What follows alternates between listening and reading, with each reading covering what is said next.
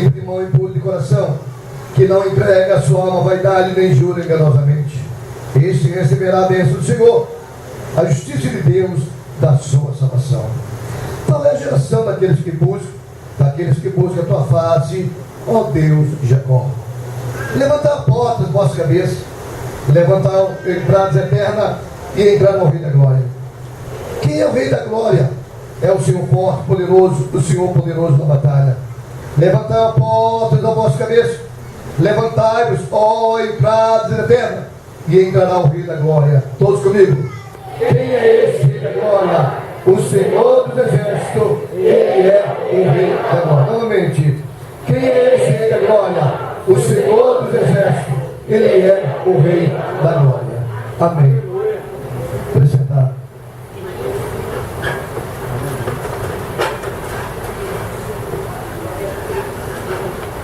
O salmista aqui, ele está magnificando a Deus, exaltando a Deus. E eu quero nessa noite eu te ministrar, declarando para a igreja: quando temos a liberdade de anunciarmos o bom nome, assim fazemos com temor. Eu vejo o casal que anda tantos anos, sempre para que eles cantam como a primeira vez. A Bíblia é a mesma coisa, porque ela é uma fonte inesgotável. Amém?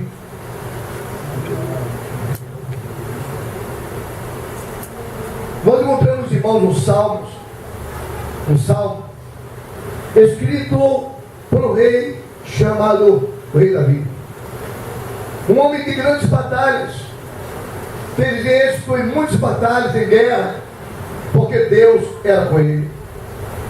Imagina esse homem, meus irmãos, durante a sua batalha, ele sabia que Deus estava com ele, e algumas vezes ele convidava a sua própria alma a confiar no Senhor, quando ele dizia: o Senhor dos Exércitos está conosco, o Deus de Jacó, Ele é o nosso refúgio. Dias atrás ministramos sobre o tema que está em Salmos também, onde o próprio Davi dizia: o Senhor é minha luz e a minha salvação, a quem temerei. Esse homem, na verdade, de fato, ele era um homem de guerra, conhecia a guerra, mas esse homem também era o rei. Quando o homem é rei, ele conhece seu poder, seu poderio. Quando ele é rei, ele é tomado de uma autoridade, e ele sabe verdadeiramente quem ele é. Mas interessante, meus irmãos, reconhecer quem você é se torna muito fácil. Quem é você? Você diz: eu sou o doutor fulano e tal. Quem é você? Eu sou poliglota. Quem é você? Eu falo N idiomas. Quem é você? Eu moro na Barra da Tijuca. Quem é você? Mas o melhor, meus irmãos, quando você reconhece que existe alguém maior que você, superior a você, que habita nos altos céus. Aleluia, aleluia. A Bíblia diz que ele habita entre os querubins, serafins, resplandece, e o seu trono está firme. Desde então, a Bíblia diz que ele é de eternidade, como diz em Salmo 90, expressando nosso irmão Moisés, quando ele dizia: de eternidade a eternidade, tu és Deus. E agora, meus irmãos, este homem que conhecia um pouquinho de Deus, Deus o leva a uma atmosfera melhor. Deus o leva ao tempo de excelência. Nós conhecemos que um homem chamado Paulo, ele teve visões maravilhosas, excelentes, mas encontramos Paulo teve visões, mas encontramos em Davi um homem segundo o coração de Deus. E ele começa a dizer assim: o Senhor é eterno. Quantas pessoas não sabem disso? Sabem que existe um universo, existem as estrelas, na verdade, existem os luminares, existem tantas coisas, mas não conhece o que realmente existe, realmente, o quem foi que verdadeiramente criou. E na mensagem de hoje, ele começa a dizer: do Senhor é a terra, aleluia, e a sua plenitude, e o mundo, e tudo que nele habita. Então você pertence a Deus. Tudo que existe na terra pertence a Deus. E você é de Deus, porque você é propriedade peculiar de Deus, e Deus nos fez para o louvor da sua glória. Levanta sua mão direita e diga: Deus me fez para o louvor da sua glória. E ele começa a exaltar ao Senhor, porque ele fundou sobre os mares e afirmou sobre os rios. De repente, meus irmãos, numa conversa parece normal, ele está enaltecendo ao Senhor. O salmista chega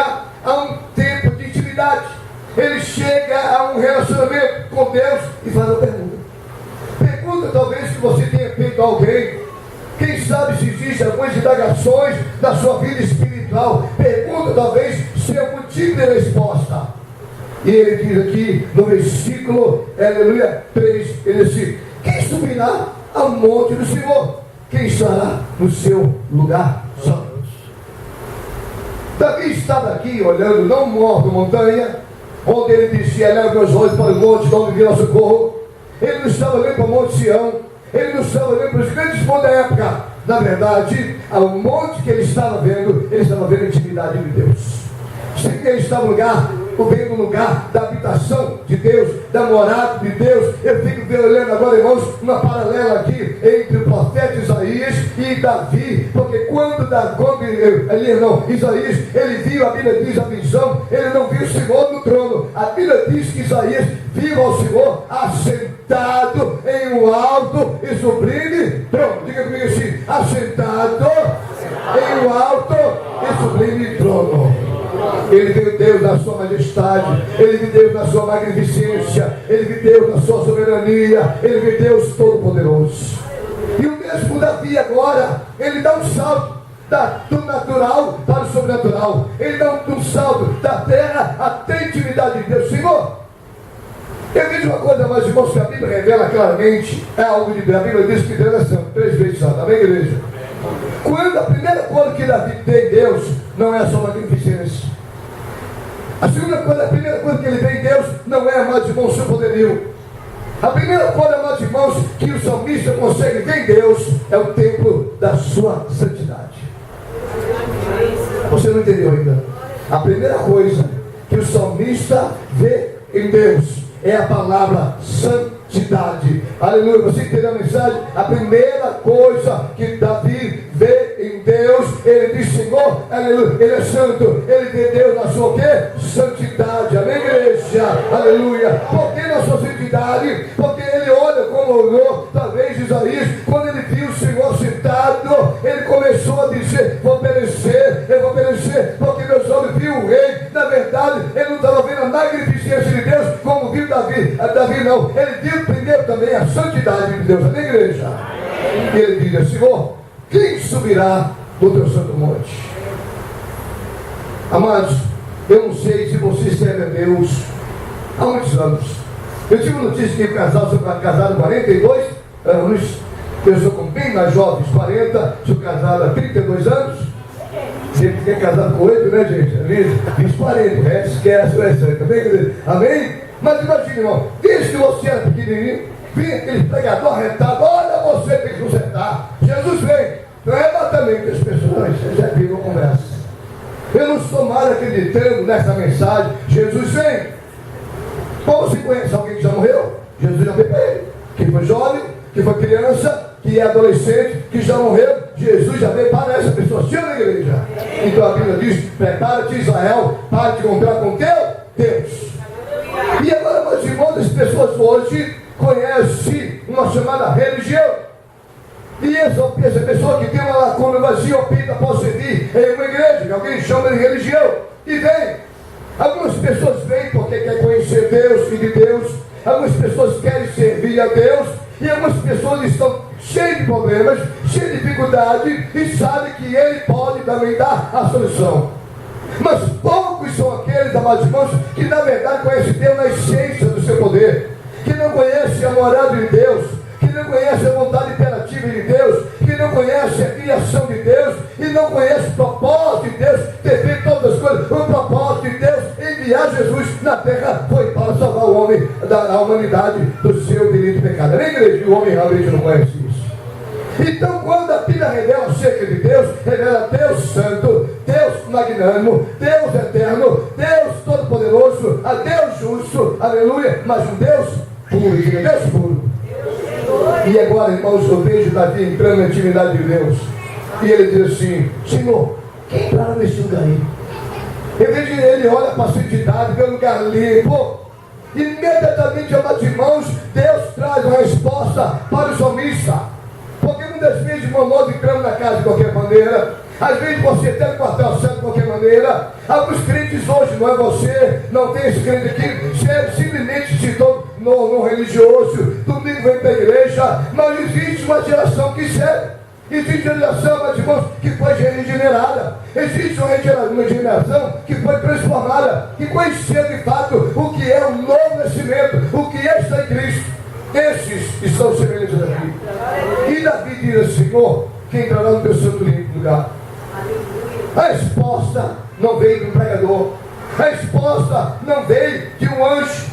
A resposta veio do próprio Deus. Amém, igreja? Ele diz, olha, se torna hoje, você hoje, aleluia, aleluia, quer o meu amor? O amor de Deus é amor incondicional. Mas para chegar lá, só entra lavado. Amém, igreja? Para chegar nos céus, só entra lavado. E ele diz, Senhor, quem entrará no teu santo lugar? E ele diz, aquele que é limpo de mão, puro de coração, que não entrega a sua alma à vaidade, nem jura dolosamente. Eu quero dar notícia a você, não é fácil ser um crente. Muito mais difícil é ser um cristão. Muito mais difícil, amados irmãos, é ter uma vida de santidade. Muito mais difícil, amados irmãos, é renunciar ao pecado, porque Jesus disse assim, quem quiser vir após mim, renuncie a si mesmo. Tome cada um a sua cruz, o quê? E siga-me. E quando você toma a cruz, você dizendo sim à cruz e não ao pecado. Diga comigo assim, sim à cruz e não ao pecado. Aleluia. Então quem entrará? Limpo, diga, limpo de mão, puro de coração, que não entrega a sua alma à vaidade, nem jura dolosamente. É o preço. Mas mais à frente, amados irmãos salmistas, conhecendo um pouquinho de Deus, ele expressa algo que diz assim, este receberá. Diga, este receberá. A bênção de Deus, a justiça de Deus, da sua salvação. Está no versículo 5, olha bem. Este quem? Este que tem a mão limpa. Este que tem o coração puro. Este que não entrega a sua alma à vaidade, nem jura dolosamente, este receberá a bênção do Senhor. Diga, a bênção do Senhor. Sabe o que aprende, meus irmãos? Eu não vejo a bênção de Deus como um jugo, como uma canga, não. A Bíblia diz que a bênção de Deus enriquece. Diga, a bênção de Deus enriquece. Esse enriquecer é graça. É dar graça suportar o mal, dá graça para vencer o mal, dá graça, mas não para pisar no mal, dá graça para suportar o pecado. Essa graça, esse receberá a bênção do Senhor. Essa bênção é a graça de Deus na sua vida, na minha vida e na nossa vida. Aleluia. Essa é a geração daqueles que buscam a tua face, daqueles que buscam a tua face, ó Deus de Jacó. Versículo 5. Esse receberá do Senhor a justiça de Deus na sua salvação. De repente, amados irmãos, o salmista começou a observar algo que você também não tenha parado para observar, que está no versículo 6. Ele diz assim, esta é a geração daqueles que buscam a tua face, daqueles que buscam a tua face, ó Deus de Jacó. Eu quero que você preste bem atenção, amados irmãos, que a Bíblia diz que são muitos que chamados, são poucos escolhidos. Mas eu quero acreditar nessa noite e trazer uma palavra profética, que você faz parte dessa geração que busca a Deus. Hoje não tem opção. Hoje é buscar, diga buscar. Porque essa palavra, Jesus disse que sem mim nada podeis fazer. Diga, eu preciso buscar a face do Senhor. Diga, eu faço parte dessa geração que busca a face do Deus. Não está escrito em Israel. Porque ele fala Jacó e não Israel. Todos nós conhecemos a história de Jacó, um homem que era, na nossa linguagem bem popular, um homem que mentia, escandalou, um homem que mentiu para seu pai, e ele não tinha mérito algum para receber a bênção de Deus. A Bíblia revela algumas vezes a palavra de Deus de Israel, Deus de Jacó. Quando a Bíblia revela o Deus de Jacó, ele está dizendo assim, olha, nesse Deus existe o Deus da graça. Graça e favor, o quê? Imerecido. Significa que o Deus de Jacó assiste a todos. Deus teve misericórdia de Jacó, sim ou não? A Bíblia diz que Deus o quê? Criou a Jacó e formou a Israel. Diga, Deus criou a Jacó e formou a Israel. Então, quando fala aqui do Deus que Jacó, está falando do Deus misericordioso. Pode entender? Porque a primeira coisa que o Satanás faz, quando você quer buscar a Deus, você vem todo quebrado. Ou é quebrado pelas crises, pela tribulação, talvez pelo trauma, mas muitas vezes, amados irmãos, o homem vem para Cristo quebrado pelo algo chamado pecado. E Satanás começa a dizer para você: olha, você da igreja, mas você é indigno. O pastor mandou você orar, mas você não é digno da bênção de Deus. Só que a Bíblia, quando aponta para Jesus, você precisa dizer para esse desgraçado chamado Satanás, mentiroso, que está buzinando no teu ouvido, dizendo assim: olha, o sangue de Jesus Cristo nos purifica de todo pecado, nenhuma condenação há para aqueles que estão em Cristo. O que? Jesus, Paulo fala isso, amém, igreja? E Paulo também escreve: Cristo morreu por nós, sendo o quê? Nós ainda o quê? Pecadores. Então a geração que busca a Deus não é a geração dos santos. São pessoas que carecem, que precisam, que necessitam o quê? Da misericórdia. Misericórdia. A Bíblia diz, eu quero te dar uma notícia boa. A Bíblia diz que a misericórdia do Senhor é a causa o quê? De nós não sermos o quê? Consumidos. Você está vivo não é porque você é bonzinho, porque você é crente, não. Porque você está hoje arrumadinho, não. Você está vivo porque Deus é bom. A sua misericórdia dura para sempre. Aleluia. E todo dia você precisa declarar: Satanás não presta, ele é um mentiroso. Satanás não presta, mas é um mentiroso. E você precisa levantar sua mão e dizer: porque o Senhor é bom. Diga: porque o Senhor é bom. E a sua misericórdia dura para sempre. Aleluia!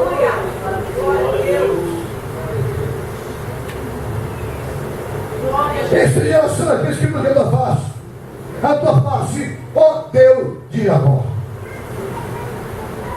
Davi agora, irmão, conhecedor de caos, ele faz algo. Ele diz assim: levantai portas, as vossas cabeças, levantai a portada da terra para que entre o rei da glória. Por que o salmista fez isso? Todas as vezes, amados irmãos, que o rei chegava, tinha um oral pronunciando, se não, tocava a buzina e era anunciada a chegada do rei. E todas aquelas pessoas precisavam se prostrar diante do quê? Do rei. As portas tinham que ser abertas para ele entrar. Então o salmista conhecia a sua própria história, mas o Deus agora eterno o leva a uma nova dimensão. Que dimensão é essa que esse homem está tendo agora? Nós sabemos, irmãos, que Jesus esteve à direita de Deus, não teve usurpação, chegou a Deus, humilhou-se a si mesmo até morte e morte de cruz. Mas Paulo escreve: mas o Deus exaltou soberanamente e lhe deu o nome, ajude nem Nebécia, que está acima, aleluia, acima de todo nome. Preste atenção, o nome de Jesus está acima de todo nome, e nesse nome todo joelho quer se dobrará. Por quê? Porque ele é rei. Sendo rei, naquele tempo, amados irmãos, o homem ele era obrigado, era obrigação do homem se postar diante de Deus. Hoje você não é obrigado a se dobrar diante de Deus, não, mas você é um adorador, amém? Você reconhece a sua Deus, amém? Aleluia. E você aprendeu a ser adorador, e os adoradores se rendem aos pés dele, dizendo: Senhor, reconheço que é dele, por ele, para ele são todas as coisas. Eu me rendo diante de ti, porque se você não se render diante de Deus, vai se render diante dos caprichos de Satanás. Amém, igreja? Amém, senhores? Parece que Deus está mostrando a vida. Não é na era da tecnologia, não havia uma grande ciência como hoje, mas Deus está mostrando no filme da Davi. Olha o que está acontecendo. Deus mostrando a vida. Davi, olha o que está acontecendo. Meu filho foi lá na terra. Ele desceu o lugar abaixo. Ele pegou a chave da morte do inferno.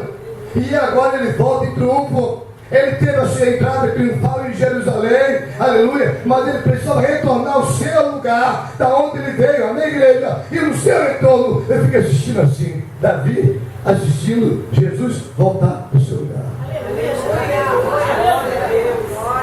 E ele agora, meus irmãos, ele começa a recordar: peraí, aconteceu tantas vezes que veio entrada e alguém levantava a porta. Eu chegava e alguém gritava assim: está chegando o rei Davi, o general Davi, está chegando o homem que matou o gigante, está chegando o homem que matou Golias, que matou o urso leão, está chegando o homem vencedor, que venceu exércitos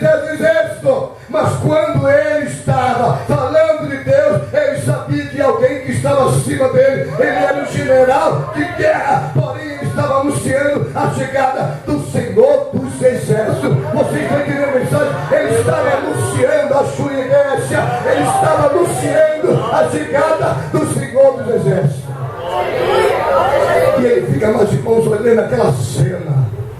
Quantas vezes nós somos transportados para o céu do ruim de tantas coisas, por isso que a Bíblia diz, não lembrei das coisas passadas, nem considerei da antiga, eis que faço algo novo. Deus quer trazer um novo para você. E eu vejo somente Davi assistindo aquela cena. E na cena está aqui no versículo 6, 7. Levanta a porta, a vossa cabeça, levantar a portada eterna, para que entre quem? O rei? Não. Para que entre o quê? O rei da glória. Quando você dá glória, quando você exalta, você está exaltando o Rei da glória. Você, quando está exaltando a Jesus, você está exaltando a Jesus Cristo, Filho de Deus. Amém, igreja? Para que entre o Rei da glória. Sabe que no meio da multidão, irmão, tem aquela pessoa que está